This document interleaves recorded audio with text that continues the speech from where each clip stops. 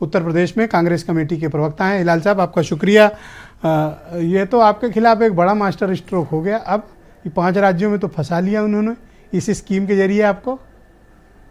ब्रजेश जी, देखिए, अगर आप मोदी जी का पूरा भाषण सुने तो उसके अंदर बड़ी बहुत ही मतलब एक हास्यास्पद बात यह है कि मोदी जी कहते हैं कि ये गारंटी मोदी की है, यानी कि भारतीय जनता पार्टी पे आप विश्वास मत कीजिए, मोदी जी पे विश्वास कीजिए। भारतीय जनता पार्टी अविश्वसनीय है, मोदी जी विश्वसनीय है।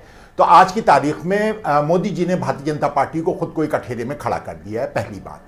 दूसरी बात यह है कि लगातार मोदी जी जो हैं इस बात को मान रहे हैं कि देश की 80 करोड़ जनसंख्या गरीबी रेखा के नीचे रहती है, जबकि 2014 में जब भारतीय जनता पार्टी की सरकार बनी थी उस वक्त भारत की कुल 20% जनसंख्या गरीबी रेखा के नीचे थी। आज 66% जनसंख्या गरीबी रेखा के नीचे। ये 10 साल का उन्होंने अपना रिजल्ट दिया है। ये दूसरी महत्वपूर्ण बात है। तीसरी महत्वपूर्ण बात यह है कि मोदी जी ने यह घोषित कर दिया है कि आने वाले 5 वर्षों में अगर भारतीय जनता पार्टी की सरकार रहती है तो किसी प्रकार का किसी को कोई रोजगार नहीं मिलेगा, किसी की जेब में पैसा नहीं जाएगा, बल्कि सबके हाथ में झोला ही रहेगा। इस चीज को भी मोदी जी ने आज घोषित कर दिया है कि कोई भी उनसे रोजगार की उम्मीद ना करे, कोई भी किसी प्रकार के आर्थिक विकास की उम्मीद मोदी जी से किसी प्रकार की ना की जाए। ये आपको क्या आपत्ति है इस योजना पे?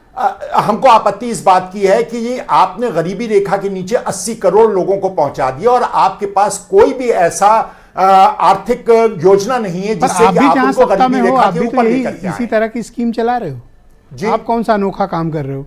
जो स्कीम ये चला रहे हैं राज्य में जहां सरकारों में आप हैं, आप भी यही काम कर रहे हो जी। वहां के ऊपर हम जो गरीबी रेखा के नीचे लोग रह रहे हैं उनको दे रहे हैं, जहां के ऊपर हम ये नहीं कहते हैं कि हमारी 66% जनसंख्या जो है वो 5 साल बाद भी गरीबी रेखा के नीचे है। कहीं भी हमारा कोई स्टेटमेंट इस तरह का नहीं है। हम सिर्फ ये कहते हैं कि गरीबी रेखा से नीचे रहने वाले लोगों को हम इस प्रकार का क्या किया जाना चाहिए? कब तक फ्री राशन बंटेगा? इससे जानते क्या, देश की अर्थव्यवस्था पर भी तो बोझ आता है। जी हाँ, जो इंटेलेक्चुअल का डिस्कशन है, मैं गांव वालों की बात नहीं कर रहा हूं। जी बिल्कुल सही। गांव वाले तो खुश हैं जी। देखिए, जहां तक कि इसका सवाल उठता है, गांव वाले खुश हैं ऐसा भी नहीं है। अगर ऐसा होता तो हिमाचल प्रदेश ना हारते, ये कर्नाटक ना हारते, आज मध्य प्रदेश हार रहे हैं, राजस्थान हार रहे हैं, छत्तीसगढ़ हार रहे हैं। ये योजना तो बहुत दिनों से चली आ रही है। तेलंगाना हार रहे हैं, लगातार तो हार रहे हैं। गरीब इस बात को समझ रहा है। आपके मुताबिक इस योजना ये कोई मास्टर स्ट्रोक नहीं है? हमारे हिसाब से ये कोई मास्टर स्ट्रोक नहीं है, बिल्कुल भी नहीं है। और साथ ही साथ जो हमारे आर्थिक संसाधन हैं उनको सही तरह से इस्तेमाल करना जानते कितना खर्चा आ रहा है इस बार?